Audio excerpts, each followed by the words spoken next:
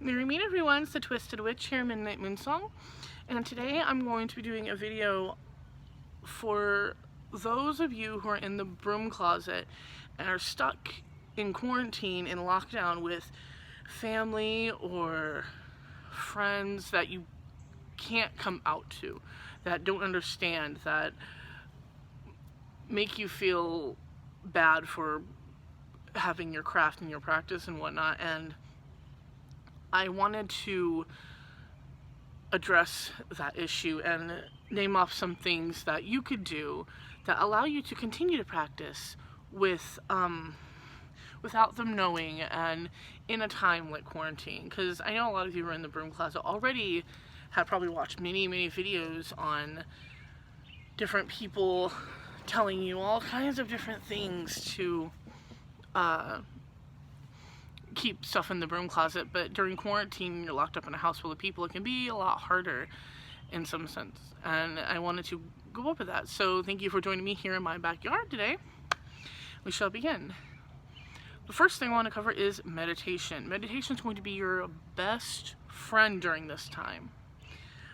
Oh, real quick, I want to thank everybody for watching who've watched my other videos, and thank you for bearing with me through all this, because I know I haven't posted a very irregular schedule. So thank you for bearing with that. I promise I will try to do stuff more regular, but I have been strangely busy during this quarantine time. So back to my point, meditation is going to be your best friend. You don't need anything to meditate.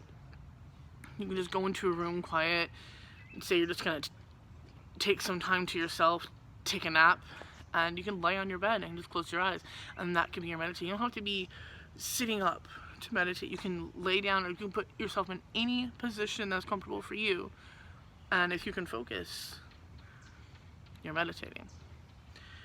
And I recommend putting in earbuds and turning on some music that you like, that's tranquil, and have at it. I also recommend, when you're taking a bath, water meditation can be very helpful. And it is not something that you need to do just for water-based things. Like if you're a water elemental, you're a sea witch or whatnot, anybody can do water meditation. Water meditation is less about the element and more about certain representatives in that element. Water is something in meditation that washes away the negativity of any kind. It can also be used like you would a mirror. For those of you who work with the mirror in your craft, you know exactly what I'm talking about. Because water is reflective. It's also a conductor, and it can conduct any type of energy. Yes, energy that inherently is drawn in by flame can also work with water. Of course, you can't put direct fire in water because it'll go out, but the energy and the intention can. You can call deities through it. You can call any type of spirit guide. I have done really good shadow work in meditations with water. The only thing I do caution people, don't fall asleep in the bath. Sometimes you can get really relaxed and fall asleep. Another thing, bath salts. Bath salts work really well, and not for the sake just of the fact that they make you smell good, they make your skin feel nice. Bath salts, the salt in general, can, just like water, can be put in with any intention. And if you're trying to do a meditation on shadow work, you can charge your bath salts before you put them in. Just put your hand over them, and charge them with whatever you want, and then just throw them in. And that's very easy to do, especially in a time where they're telling you, people have to be really clean. You know, it's just another excuse to go and take an extra long bath. If you do have incense and candles, and I do know it's probably harder to get those right now, light any of them. If you got them, light them. Another thing, altar. Altar use is going to be really hard. And I recommend in a place you can get to that's private and quiet, you're going to make a paper altar. All you do is fold a piece of paper. You can fold a piece of notebook paper, a piece of printer paper, it doesn't matter. Fold it in half. So when you open it, it'll set up like this, and you can rest it against the wall, or against a stack of books or whatever, and what you're going to draw on it is everything that you want to put in your altar. It can be a statue, you can have deity symbols in there, you can have sigils, you can draw candles in there. You can draw the pentacle or pentagram, whatever you have, and just charge that with your own intentions. And you can open that whenever you feel like you need to do a quick meditation by yourself with an altar, and then put it in a book, put it between your mattress, under your pillow, any place that you feel safe enough to store it, you can, because it's just a folded up piece of notebook paper. And that will be a lot easier to conceal than some hidden candles or something like that. You can set your candles in the windowsill, you can set your crystals in the windowsill and stuff like that to charge and such, but especially if you're in the broom closet with a house full of people who don't appreciate that, sometimes they might get fishy, especially since everybody's hanging around each other so much right now. Another thing, grounding. Grounding is going to be another thing that you're going to want to do a lot of, because in this time of pandemic, a lot of people are kind of taken away from that. A lot of people are worrying. Some people aren't worrying, and they should be, because like it or not, it's serious. It's not something just to throw off and say, oh, it's nothing. It is. It's serious, and it needs to be taken as such. So aside from the cleanliness thing, I do recommend maybe taking a little walk. And when I say walk, I don't mean walking all over your neighborhood. Maybe just walk up and down the street in front of your house. Walk around in the backyard. Put your headphones in and just stroll around your backyard. And just, like when you're meditating, have a music on that is calming to you, that can get you in that zone. And as you're walking, you can stop and feel the breeze and draw in on the earth that way and do your grounding that way. Sorry, my cat's just inside and she's meowing at the door. You can't hear her because the door is it's a very thick glass, so even though she's loud, you can't really hear her unless you're right up against it. But she's cute and I love her. But I can't let her outside because she will run away without her leash on, and she doesn't really like the leash, so. But that brings me to another point, actually. Your familiar, if you have a familiar, which can easily be disguised as a pet, or if you have a familiar that is a spirit, they're always going to be with you. You can talk to them, you can talk to your guides in your head. You don't have to speak out loud, you can just talk to them wherever. You can do a doodle. If you're a dragon pagan, you can just doodle a dragon maybe once or twice and speak to them as you're doing it and try to commune with them as you're doing it and bring them in as just a little show of, oh, this is something nice we're doing together.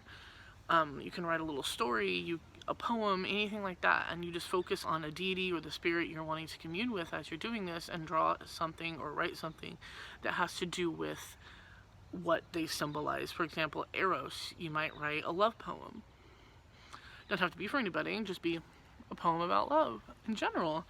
And as you're writing it, think of Eros, try to connect with him and bring that down, and that can be a nice little fun thing you're doing with your respective spirits or deity if you follow those.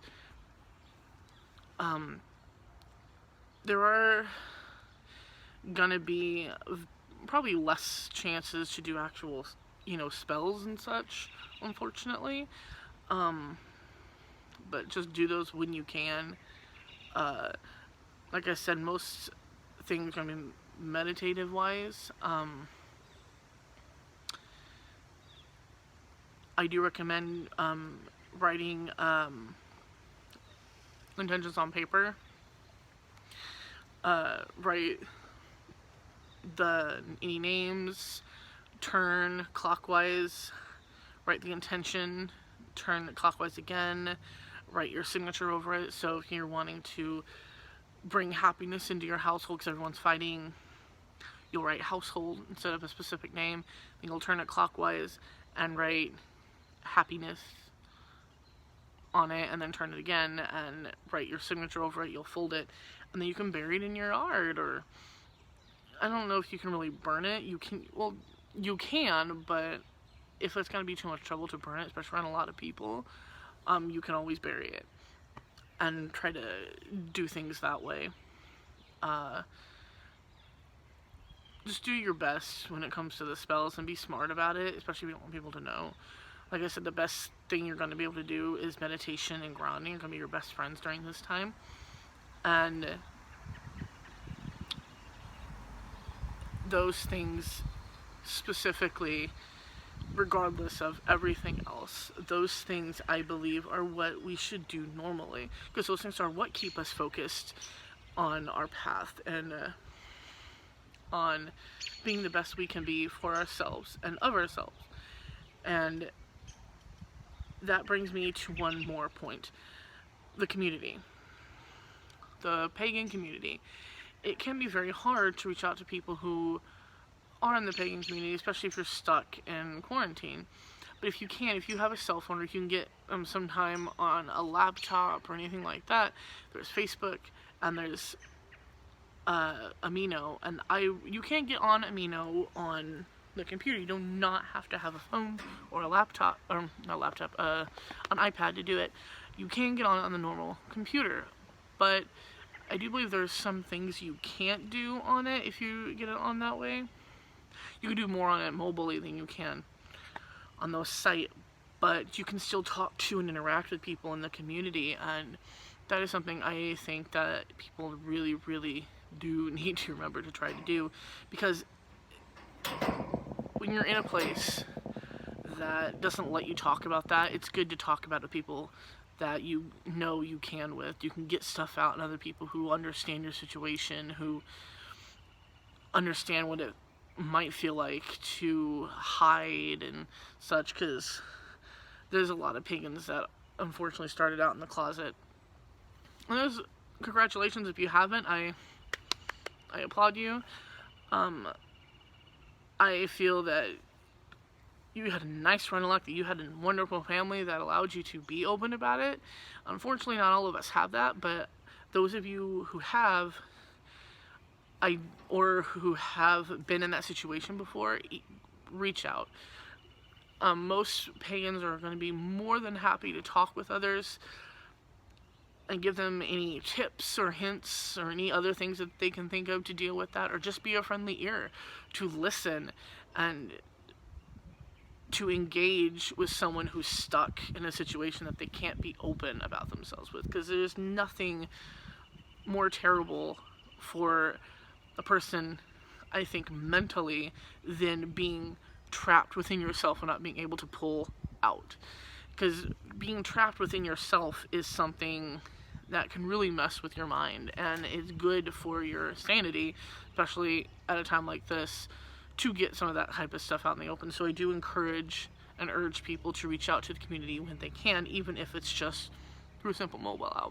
Amino is my go-to because I really don't like Facebook. I'm sure there's other websites and forums that you can easily find on Google if you type in that you can contact other pagans and stuff, the community.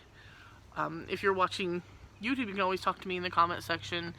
I do have Amino if anybody does want to know. You might be watching this linked through the Amino, because I always post videos like this on the Aminos that I'm on. If you're not, you can very easily ask me and I'll give it to you. That's about it. If you have anything else, please share in the comments. Let me know your story. Let me know stuff you do in quarantine, magic related, that you can't be open about, ways that you find around things. That stuff is always very, very interesting to me. So without much more, please comment, subscribe, like it, and click that little bell down below so you get notified of my videos. And thanks for watching. Blessed be.